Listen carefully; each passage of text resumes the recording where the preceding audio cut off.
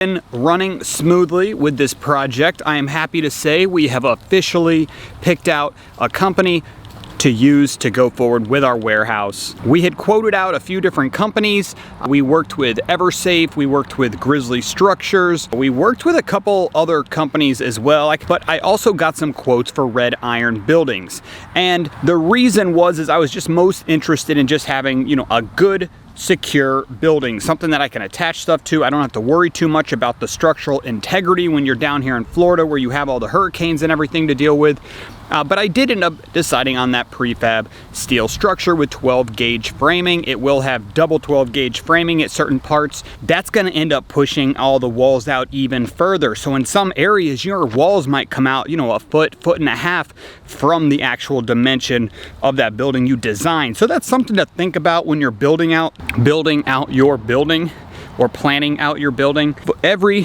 Every square foot matters. That's right, every square foot matters. But today I wanted to just quickly talk about the building that we did contract. I also want to talk about the concrete pad we've decided to move forward with, the company, what the cost is going to be for both of those. Now let's get to the good stuff that you want to hear. And that's probably two of your biggest ticket items for this project, at least for my project, because of the size of the building. We're going with a 40 by 50 foot enclosure and a 10 by 50 foot lean-to off of the side. So the actual pad for this building is gonna be 50 by 50, and the generic plans provided to me by the building company, are gonna show a 40 by 50 building and the 10 by 50 lean-to. So as mentioned, we got multiple quotes, and at the end of the day, it's really about building a relationship with the salesperson that you're working with. If you're not dealing with the exact company that's gonna be handling the manufacturing, but a lot of those manufacturing reps that you talk to are really like a sister or, a little side company of the manufacturing anyway. They don't usually have them tied together like that, at least not from my understanding. We ended up going with a sales rep, Grizzly Steel Structures. They did say that they were the manufacturer, but then when I got the contract sent over, it said Carolina Carports was written all over it. And I'm familiar with that name because there's a lot of different salespeople out there with different companies that are using Carolina Carports as their primary, manufacturer for their buildings.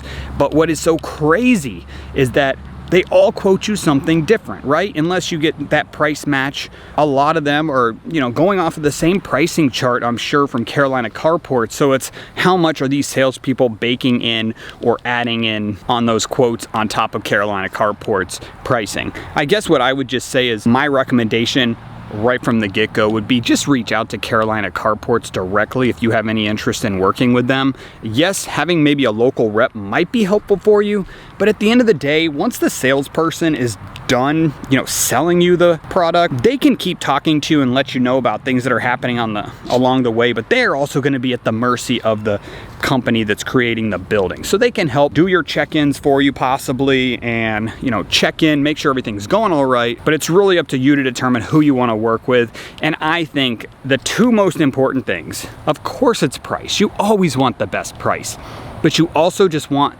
somebody that has good follow-up, answers all your questions timely, and just gets things back to you quickly. And I think most of these companies are pretty good at that, but that is why I ended up choosing Grizzly Steel Structures. The guy I worked with over there, his name happened to be Andre. He was spectacular. He texted me and he dealt with me through email and phone calls, and he was very prompt.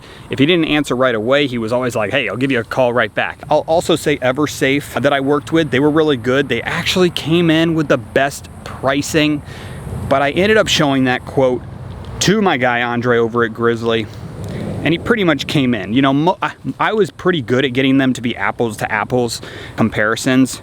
Some of these companies do some things a little bit differently, but what made me choose Grizzly over EverSafe, even though it ended up being, I want to say it was maybe about $1,000 more, and EverSafe, from my understanding, does not go through Carolina Carports. They go through a company that's out of Florida that's doing the manufacturing, but they were going to just be a lot further out, EverSafe was. Like, she pretty much quoted me that from when my concrete pad was ready, it might be, 3 to 5 months is the way it felt, the way she explained the process. Whereas it just seemed a little bit different with Grizzly Steel Structures and how quick that I was getting a set of generic plans that I could use to start the permitting process. And we'll be talking about that more here in just a second. But it just seemed like the overall timing that he quoted me was better than anyone else. He pretty much said that I could expect my building to be ready within about 2 months of the pad being completed. So now that's the little caveat there, is right from the concrete being completed. What do I need to do to get my concrete completed where I'm at here in Florida? Well, I got to get a permit issued before my concrete guy can pour the pad, and then after he pours the pad, we got to wait for the pad to cure. And then once the pad is laid, I can at least take pictures. I can send those over to Grizzly and say, hey, we're ready. I'll let them know that as soon as the pad is poured, but I think they know as well as I do that we do have to have cure time, say 4 weeks, depending on where you're at and how quickly your concrete's gonna set. But I wouldn't personally want, my building put on my concrete until at least 4 weeks have passed. But everyone's area is different. How quick are you gonna be able to get your permit in your area? I can't answer that for you. I think in my area, based on what contractors have told me and what I've seen just being in a business of rehabbing homes, is that we're probably thinking of something like a 1 month period, but you just never know. Sometimes you can have a permit approved in a week, 2 weeks, a lot quicker. My concrete guys seem to think it might be closer to like 6 weeks.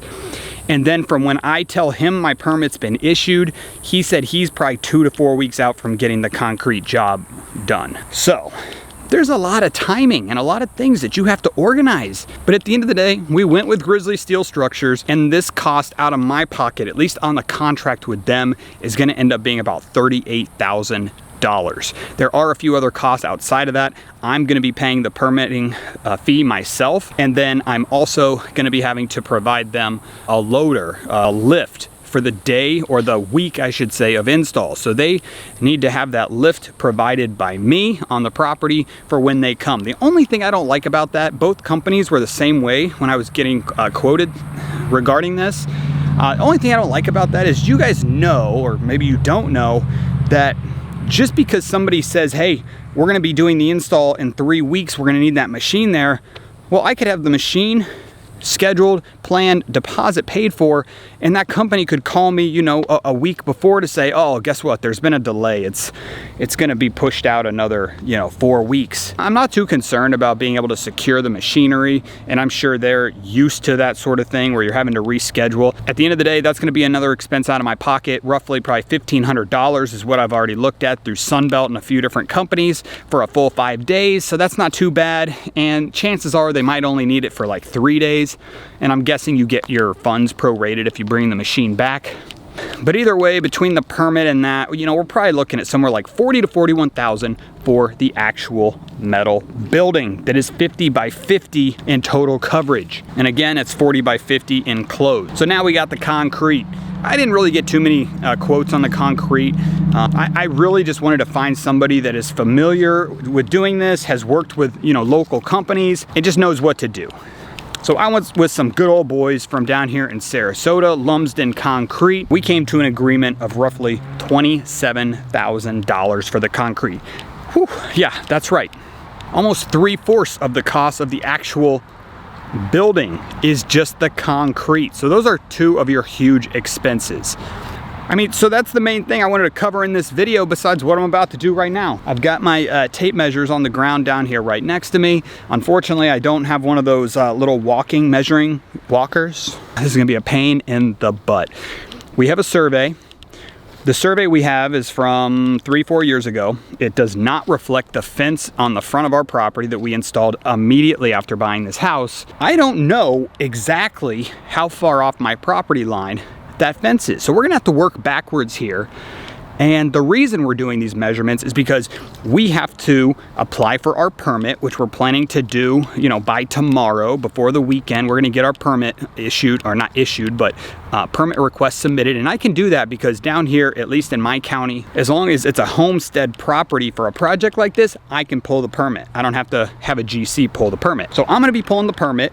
I need to submit to them the generic plans that Carolina Carports just sent over to me.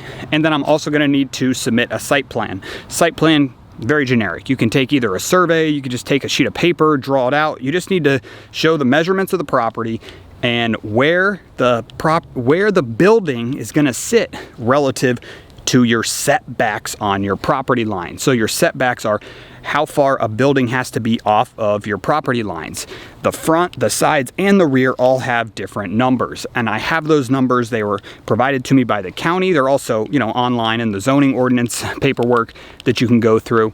But what I need to do is I got to do some reverse work here because my survey has measurements on it, but I'm going to have to use like the corner of my house, walk it out to the street, and then walk it out to the side and kind of just work this all backwards. I do have some markers in the ground right next to me, my little candy canes I've spray painted and I use for, parking for our Christmas parties here. But I've got one in the distance there, I got one way over there, and we got one here, and that's to outline the 50 by 50 square. And I've pulled it off like 5 feet more than it needs to be, and I might even go another couple feet out just so throughout the whole process, if there's any kind of misalignment or anything's off a little bit, it doesn't end up being like a major issue where the county's like, hey, you built that over. Because there is a chance, my contractor told me that at the end of the project, the county, before closing out the permit, could ask me to get an updated survey. So we'll see if that happens. But what's most important is that we just get this thing plotted accurately for the site plan. And we'll just know now going forward for the rest of this project exactly where the building is, and we can start to do a little bit more cleanup of all these bushes and things behind us. I do like them because they provide coverage and privacy to the neighbor. Not that that's going to matter once we have this huge wall of a warehouse right here.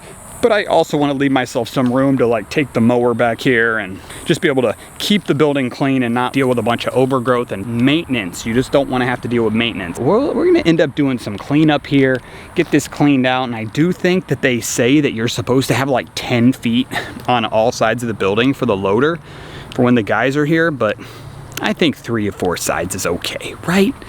Screw that, they can put everything on the front side. They can walk their sheet metal 15 extra feet. I'll just make sure I win the installers over by feeding them food and drinks throughout the installation process, and we keep them happy. Time to get the site plan drawn out. Time to get this permit submitted tomorrow. The county permitting building.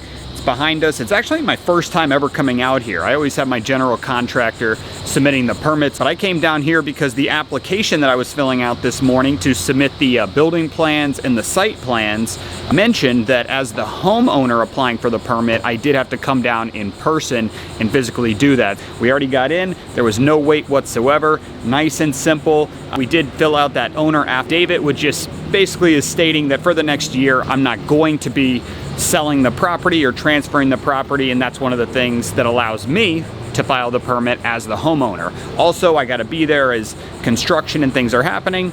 We did get the licensed concrete company added to the permit, and they said we didn't have to actually add the building company that's going to be installing it on there. But yeah, check mark, August 1st, permit submitted. I think I followed all the steps properly. We'll see how that goes, and I'll keep you guys posted on the timeline of getting this thing issued. Let's go.